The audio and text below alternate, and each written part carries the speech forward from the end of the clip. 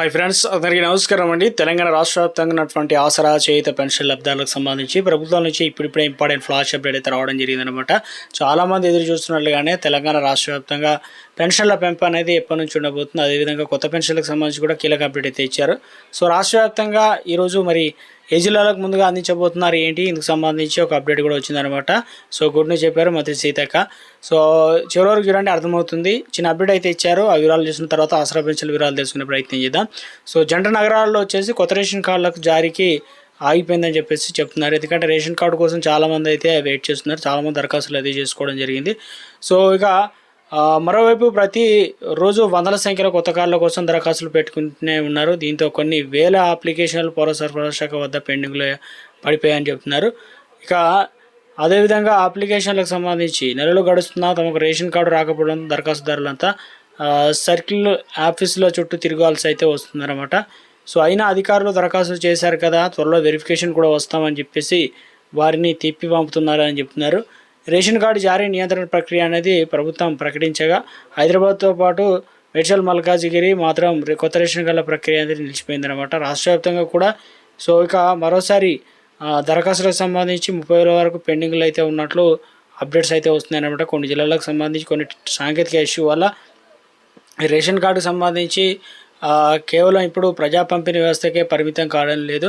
Aarogyasri, Gruhajyothi, subsidy gas cylinder వంటి పలు ప్రభుత్వ పథకాలతో పాటు అనేక సంక్షేమ కార్యక్రమాలు ఇది కేవలం పత్రంగా అయితే మారిందనమాట. అందుకే కొత్త రేషన్ కార్డుల కోసం దరఖాస్తు సంఖ్య రోజు రోజుకైతే పెరిగిపోతున్నాయని చెప్తున్నారనమాట. అర్హులైన వారందరికీ త్వరలోనే అందించాలని చెప్పేసి ఇక ప్రజలు అయితే కోరుతున్నారనమాట.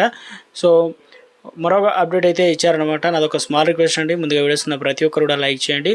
చూస్తున్నారు కానీ లైక్ చేయడం మర్చిపోతున్నా, వెంటనే లైక్ చేయండి. వీళ్ళకైతే వెళ్ళిపోదామండి. తెలంగాణ రాష్ట్రంలో పింఛన్లకు సంబంధించి ప్రభుత్వం ఇప్పుడిప్పుడే ఆసరా పింఛన్లకు సంబంధించి ప్రభుత్వం అయితే ఆల్రెడీ మనకు పోయిన నెల నుంచే స్టార్ట్ చేశారు.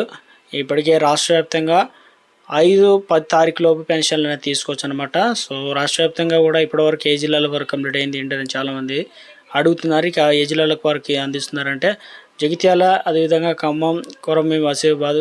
సో జిల్లాలో కొన్ని జిల్లాలు కంప్లీట్ అయింది, కొన్ని జిల్లాలకు సంబంధించి ఇంకా స్టార్ట్ అయ్యి, కొన్ని జిల్లాలో ఇప్పుడిప్పుడే ఇక 70% కంప్లీట్ అయిందని చెప్తున్నారు. మహబూబ్నగర్, అదేవిధంగా మేడ్చల్, మల్కాజిగిరి, అదేవిధంగా వనరంగాలు, సూర్యాపేట, సిద్దిపేట, పెద్దపల్లి, నారాయణపేట, నల్గొండ జిల్లాలు, మంచిర్యాల, మహబూబ్నగర్, అదేవిధంగా జగిత్యాల కావచ్చు, హైదరాబాదు, భద్రాద్రి కొత్తగూడెం, ఆదిలాబాద్ జిల్లాలకు సంబంధించి తీసుకోవచ్చు అనమాట.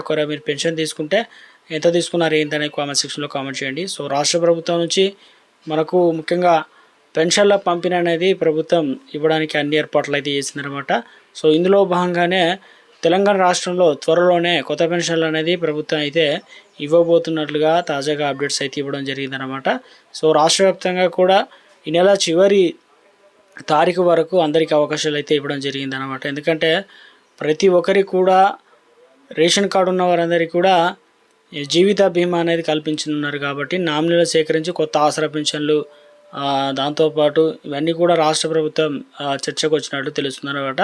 సో ఇక అదేవిధంగా రాష్ట్రంలో ఎంతమంది ఆసరా పెన్షన్ల కోసం నిరీక్షిస్తున్నారు ఏంటన్నది ఇవన్నీ కూడా ప్రభుత్వం ఇప్పటికే ప్రకటిస్తామని చెప్పింది. ఇక నెలలు దాటినా అమలు కాలేదన్నమాట. సో ఆసరా పెన్షన్ల దరఖాస్తులు అనేది ఇప్పటివరకు విడుదల చేయలేదు. దీంతో కొత్తగా పింఛన్దారులు వస్తున్నటువంటి వృద్ధులు, వితంతులు, వికలాంగులు ఎదురుచూపులు తప్పడం లేదంటున్నారు.